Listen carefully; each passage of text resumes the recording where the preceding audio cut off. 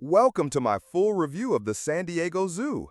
I visited recently and spent an entire day exploring every section, so what you'll get in this video is a real user perspective, no fluff or promotional hype.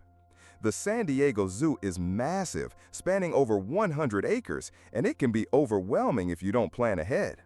One of the first things I noticed is how well maintained the landscaping is. It feels more like walking through a botanical garden than a traditional zoo. However, the signage could be much clearer.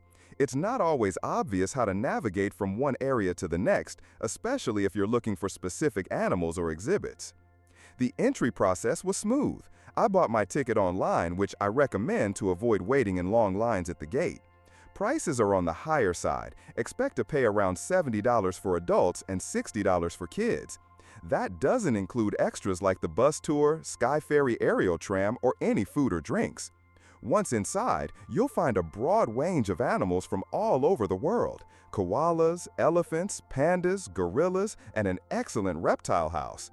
The enclosures are well designed for the most part, giving animals more space than many other zoos I've visited. Still, some areas, like the polar bear exhibit, felt smaller than expected and lacked engaging enrichment for the animals. The zoo markets itself as conservation-focused, and that really comes through in the signage and educational exhibits. There are a lot of opportunities to learn, especially for kids. The staff were helpful when I had questions, although not always easy to find.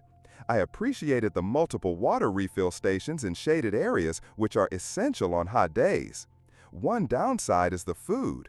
There are many options, but the quality and pricing are hit or miss. I paid over $18 for a burger and fries that were lukewarm at best.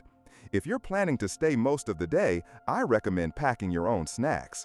Accessibility-wise, the zoo does offer rental scooters and wheelchairs, and most paths are navigable, but some hilly areas can be difficult for people with mobility issues. The Sky Ferry is a good option to save energy and see the layout from above, but be prepared for lines, especially on weekends. There's also an app which sounds like a great idea, but in practice, it's buggy. It crashed multiple times during my visit, and the map loading was inconsistent. That's frustrating when you're trying to find a specific exhibit on the fly.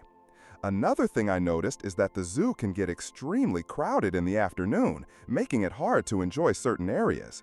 If you want a quieter experience, try arriving right when the gates open. Overall, the San Diego Zoo has a lot to offer and lives up to much of its reputation, but it's not without its issues. It's great for families, nature lovers, and photographers, but the high cost and occasional logistical frustrations are worth noting. If you've never been and love wildlife, I'd say it's worth a visit, but go with realistic expectations. If you found this review helpful, make sure to like the video and subscribe for more honest travel and attraction reviews.